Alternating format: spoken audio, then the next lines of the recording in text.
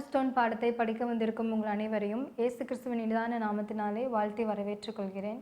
இந்த வாரம் நம்ம 7வது பாடத்தை படிக்க போகிறோம். பாடத்துக்கு போகிறதுக்கு முன்னாடி ஜெபம் செய்வோம். ஜெபம்.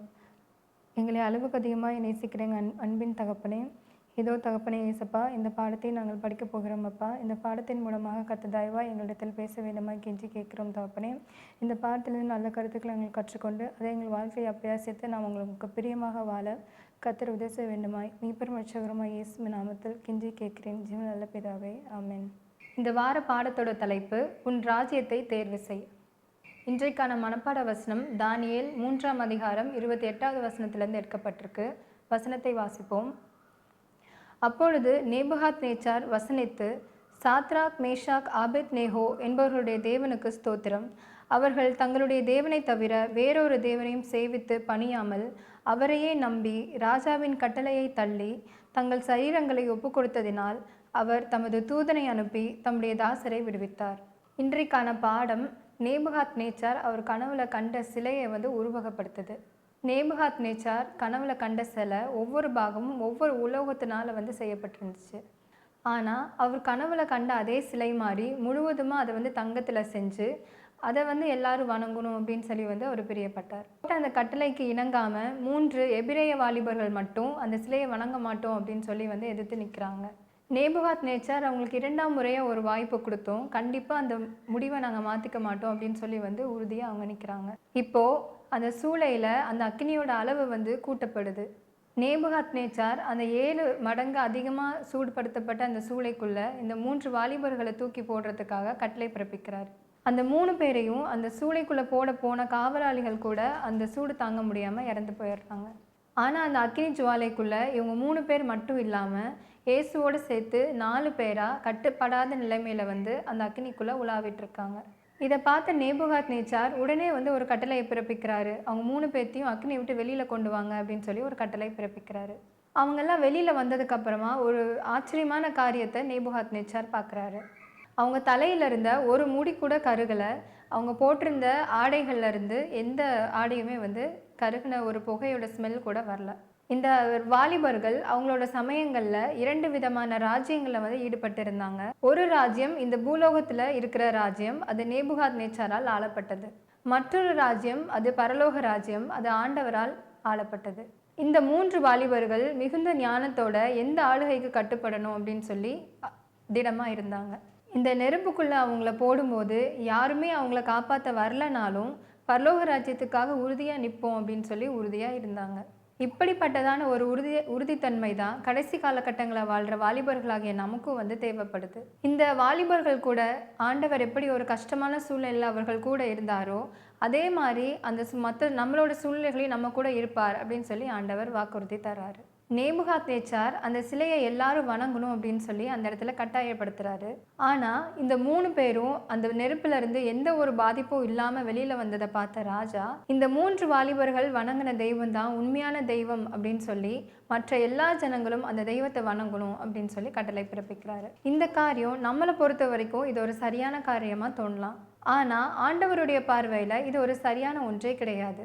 ஏன்னா ஆண்டவர் அவரை எல்லாருமே ஒரு நிபந்தனையற்ற ஒரு அன்பினால் வணங்கணும் அப்படின்னு சொல்லி ஆசைப்படுறாரு. ஆனால் இந்த ராஜா அவர் நினச்சதும் அவர் ஏற்படுத்தின அந்த சிலையை தான் வணங்கணும் அப்படின்னு சொல்லி கட்டளை பிறப்பிக்கிறாரு. அதே கொஞ்ச நேரம் கழித்து பரலோகத்தில் இருக்கிற ஆண்டவர் வணங்கணும் அப்படின்னு சொல்லி கட்டளை பிறப்பிக்கிறாரு. இதில் அவங்களுக்கு அந்த தேர்வு செய்கிற சுதந்திரம் கொடுக்கப்படலை அப்படிங்கிறது நன்றாக தெரிகிறது. இந்த பாடத்தை இன்னும் அதிகமாக நல்லா புரிஞ்சுக்கிறதுக்காக ஒரு கதையை பார்ப்போம். நம்முடைய சபைகளில் வாரம் ஆண்டவர் செய்கிற அற்புதங்கள் பற்றி நிறைய பேர் சாட்சிகள் சொல்கிறத நம்ம கேட்டிருப்போம்.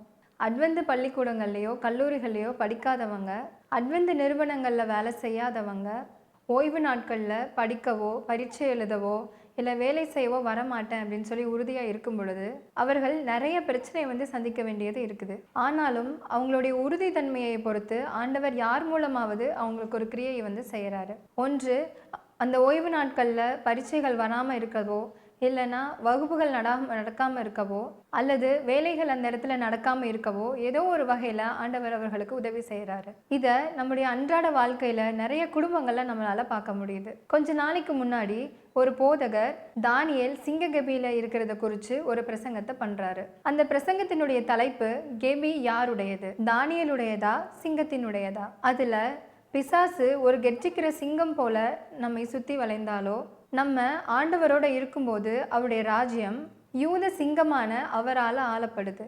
நாம் அவர் கூட இருக்கும்போது பிசாசை காட்டிலும் அதிக வல்லமையான யூத ராஜசிங்கம் நம்ம கூட இருக்காரு. சிங்கங்களால் பட்சிக்கப்படுறதுக்காக தானியேல் அந்த கெபிக்குள்ள போடப்பட்டாலும் அந்த சிங்கங்களை படைத்த தேவன் தானியேல் கூட இருந்தார். இதே தாட்டை சாத்ராக், மேஷாக், ஆபேத்நேகோ அவருடைய வாழ்க்கையிலையும் நம்ம ஒப்பிட்டு பார்க்கலாம். இந்த பூமியில அரசாண்டுட்டு இருந்த நேபுகாத் நேச்சார் அந்த உலகத்தை அரசாண்டுட்டு இருந்த வல்லமையான ஒருத்தருடைய பிரதிநிதியா இருந்தாரு. அப்படிப்பட்ட ஒருத்தர் இந்த 3 பேர்த்தையும் நெருப்புக்குள்ள போடுறதுக்காக ஒரு கட்டளையை கொடுக்கிறாரு. ஆனா இந்த உலகத்தினுடைய வல்லமையான பிரதிநிதியா இருந்த நேபுகாத் நேச்சார் கட்டளையின்படி நெருப்புக்குள்ள போட போயிருந்த அந்த காவலாளிகள் அந்த சூடுனால இறந்து போயிடுறாங்க. ஆனா அந்த 3 பேரும் விசுவாசம் வைத்திருந்த பரலோக ராஜ்யத்தின் ஆளுகையினுடைய பிரதிநிதியான ஆண்டவர் அவங்க கூட அந்த நெருப்புக்குள்ள உலாவறத நம்ம பார்க்குறோம். அப்போ இதுல இருந்தே உண்மையாவே யாரு வல்லமை உள்ளவங்க அப்படி சொல்லி நமக்கு தெரியுது. இந்த உலகத்துல வாழ்ற நம்ம இந்த உலகத்தின் காரியங்களை பார்த்து பயப்படாம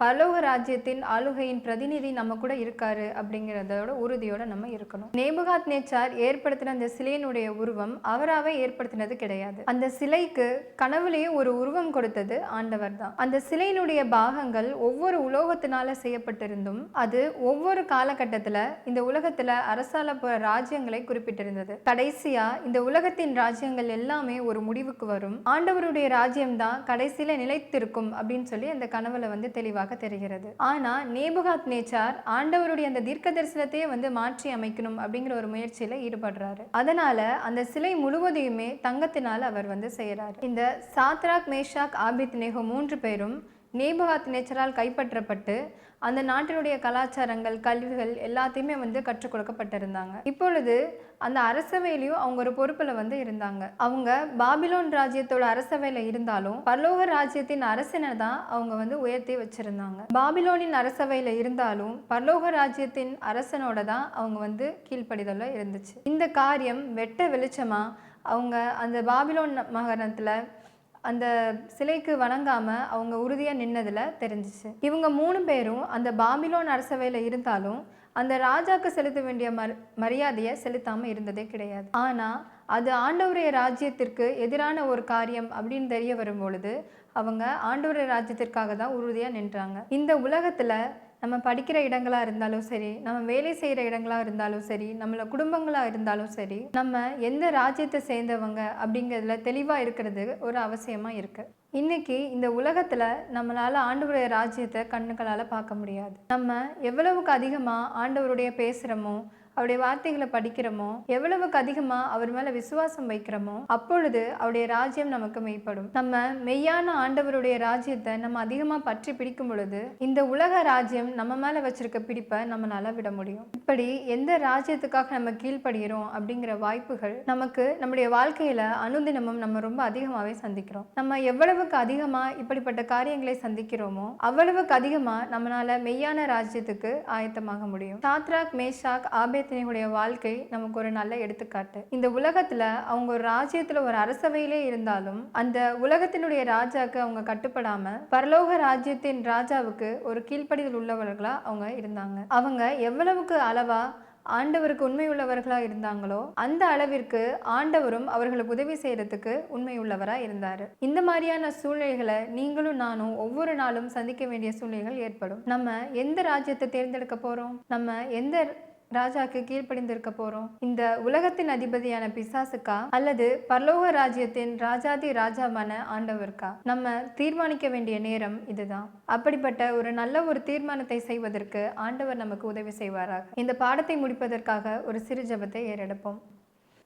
எங்களை அளவுக்கு அதிகமாக நேசிக்கிற எங்கள் அன்பின் தகப்பனே, இதோ ஏசப்பா, இந்த தானியேல் வாழ்க்கையின் மூலமாக ஒரு நல்லதொரு பாடத்தை நாங்கள் கற்றுக்கொண்டோம் அப்பா. இந்த வாலிப பிரயாத்தில் இருக்கும் நாங்கள் இந்த உலகத்தின் பிடிக்கு இடம் கொடாமல் சாத்தானின் பிடிக்கு எந்த இடத்திலும் நாங்கள் இடம் கொடுக்காதபடிக்கு பரலோக ராஜ்யத்தை உம்மை நோக்கி நாங்கள் இருக்க கர்த்தர் தயவாய் எங்கள் வாழ்க்கையில் கிரியை செய்ய வேண்டுமாய் கெஞ்சி கேட்கிறோம். மீட்பெரும் இரட்சகருமாகிய இயேசுவின் நாமத்தில் கெஞ்சி கேட்கிறேன் ஜீவன் நல்ல பிதாவே, ஆமென்.